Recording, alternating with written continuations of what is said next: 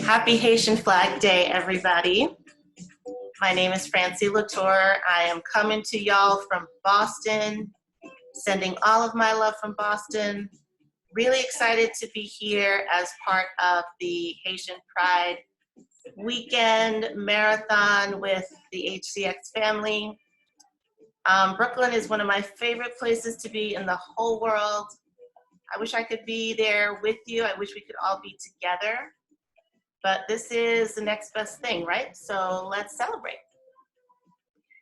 So you know, as Haitians, we feel Haitian pride every day. But there are definitely some special times of the year when it's important to come together and celebrate that pride, and also to remind the world of the strength of our people, the beauty of our culture, the beauty of our history. And that starts with telling our own stories. It is really, really important. I say this to kids all the time. Tell your own stories, learn your history, your heritage, your culture. It's so important for kids to know that and feel that. I am going to read my picture book for y'all. It's called Auntie Luce's Talking Paintings. And happy Haitian Flag Day again. See if I can share this screen and we can get going.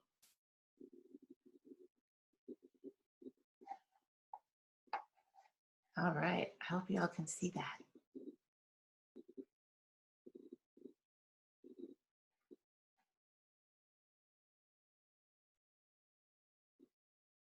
Auntie Luce's Talking Paintings.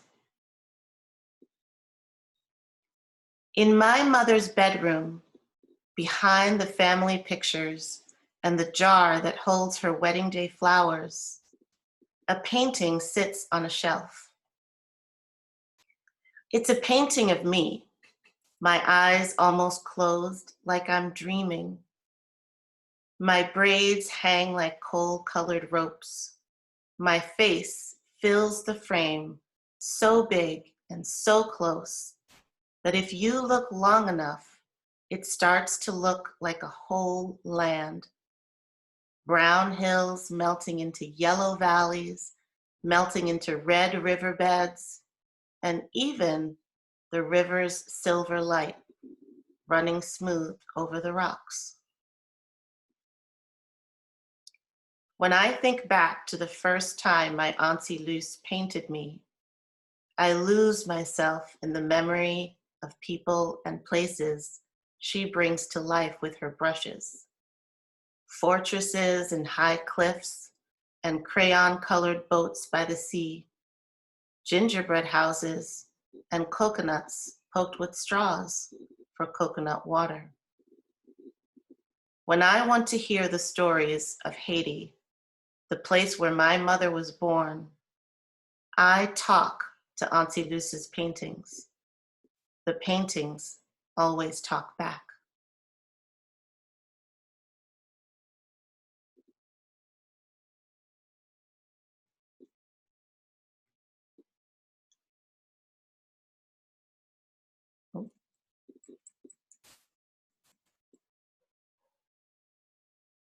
My mother says I was too young to remember Auntie Luce painting me. You were only 7. But I do remember. It is December, the time of year when I leave the snow and snowman making behind.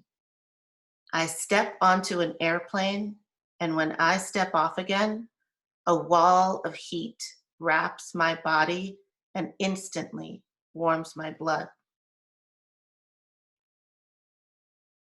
Inside the airport, Auntie Luce waves me to her, and the metal bracelets along her arms start to sing.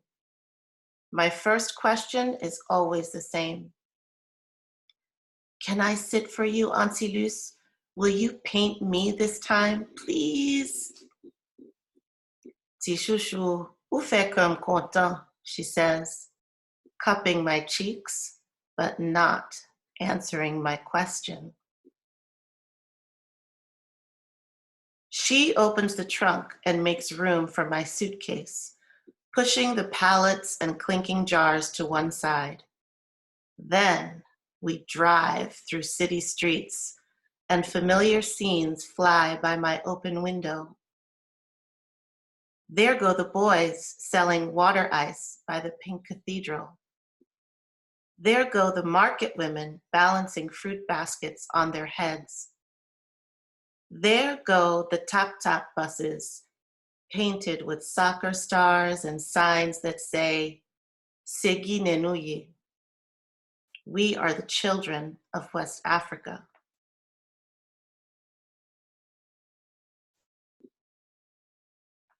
Soon, the city falls under our feet, and fog carpets the mountain road to the house. As we climb the hills, a question comes to me. When Mom left for the States, why didn't you come? Your mother and I are different, Tishu, she says. When I close my eyes for good, I want Haiti to be the last thing I see. I help bring in the easels and sacks filled with paint tubes and rags. Auntie Luce doesn't waste any time quizzing me on last year's lessons. Haiti, the land of mountains. That was the name of this place before the Europeans came. She snaps vanilla beans into a pot of oatmeal. Before the Spanish, before the French, before. Your mother, she doesn't tell you these stories? At home, my parents play old compa records with friends late into the night. They argue over how Haiti got broken and how it can be fixed. My brother and I listen from the top of the stairs. They tell stories about crooked presidents and bad armies, I say. Is that true?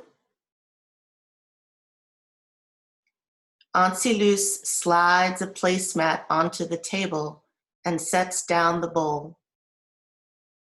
The truth is a hard thing to untangle, she says, like a big knot of yarn.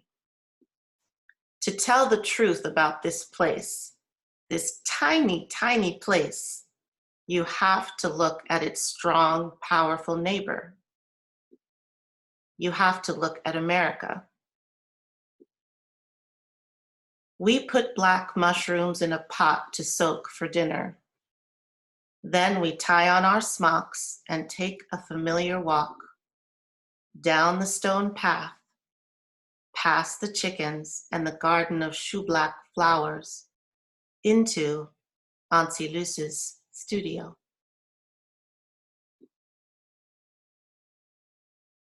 Inside, Haiti's heroes greet me.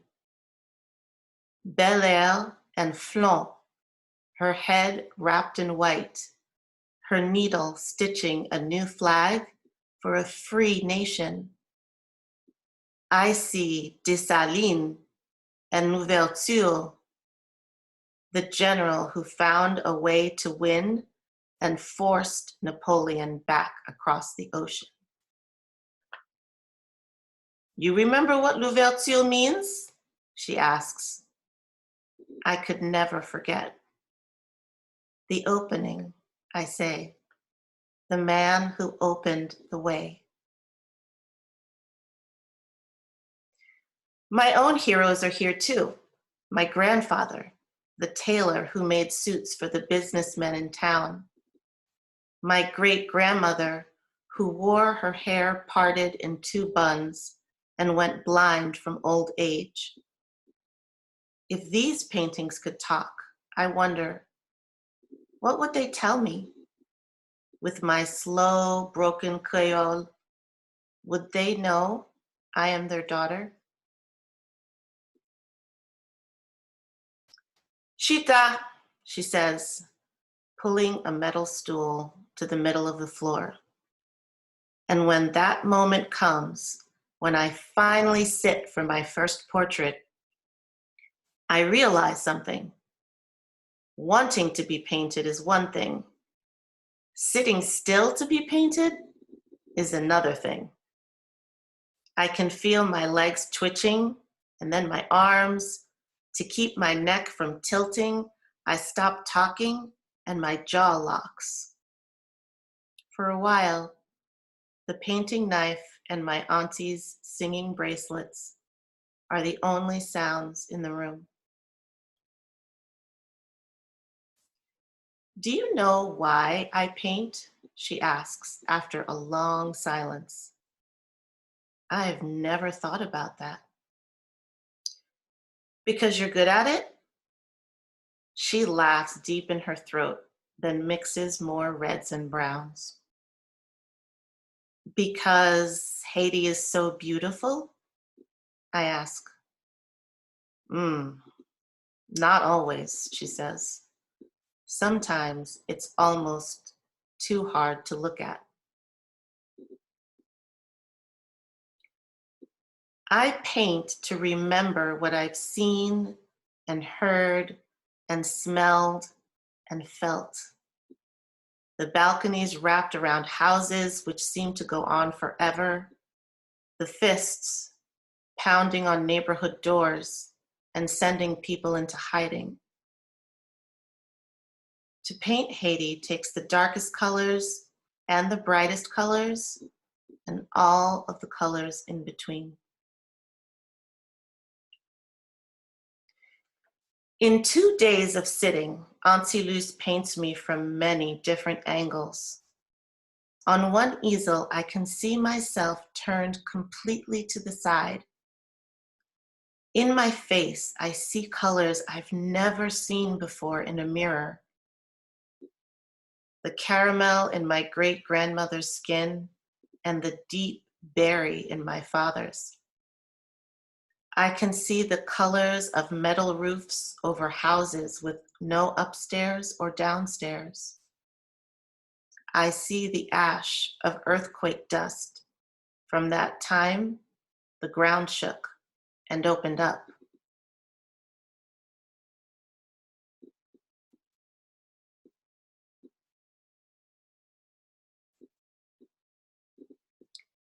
I gather the brushes in a rag and follow my aunt to the washroom. Over the sink, I let the colors bleed together in the water. Ash to cocoa to rust, butterscotch to nut, and nut to clay. You paint to remember Haiti, I say, but I don't feel Haitian enough. Sometimes I don't even feel American enough. Auntie Luce holds out her hands. Try not to think of it as one or the other, but both together, she says. You were born outside, that's true, but you hold this place in your skin, deep in your bones. Colors do not lie. Her hands remind me of my mother's, lean but also strong. Brown on brown, she folds mine into hers. And I wonder what my hands will do when I am older. I wonder what stories they will tell. Can I take it home, Auntie Luce? Can I keep the portrait?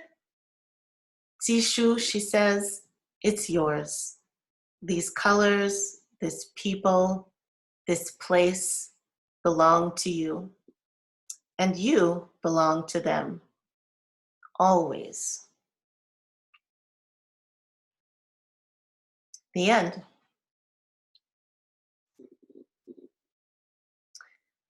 I hope you enjoyed Auntie Luce's talking paintings.